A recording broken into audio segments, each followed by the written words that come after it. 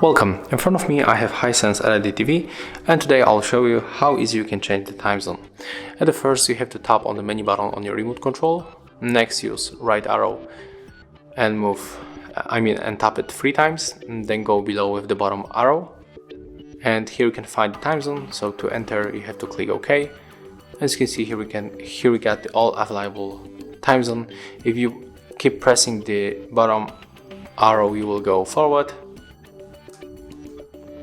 So here you can pick your currency. I'm going for Europe, for Amsterdam, so click OK to confirm. And as you can see, it's set up. So if you find this video helpful, remember to leave a like, comment and subscribe to our channel.